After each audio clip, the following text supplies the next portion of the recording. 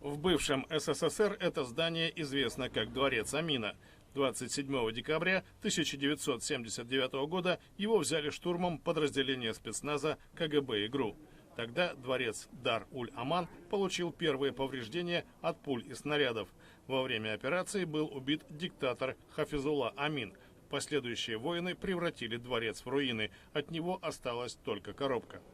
Власти Афганистана решили восстановить сооружение, построенное в 1927 году немецкими архитекторами по заказу короля Амануллы хана.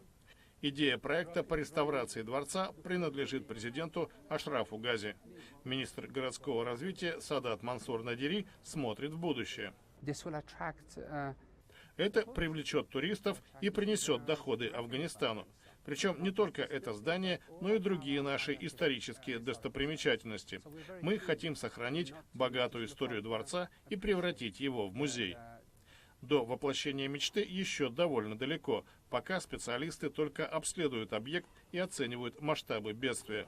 Надири гордится тем, что в составе группы специалистов, ведущих подготовительные работы, 20% женщины.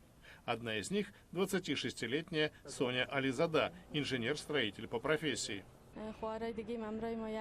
Мы, команда девушек, работаем с радостью. Все трудятся с огромным интересом. Мы надеемся на мир, развитие и стабильность в нашей стране.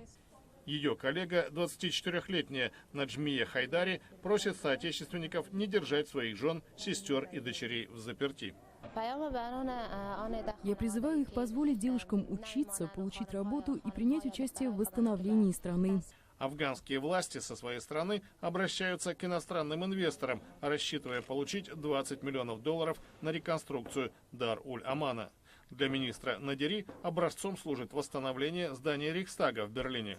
Основным препятствием на пути инвестиций остается нестабильность в Афганистане.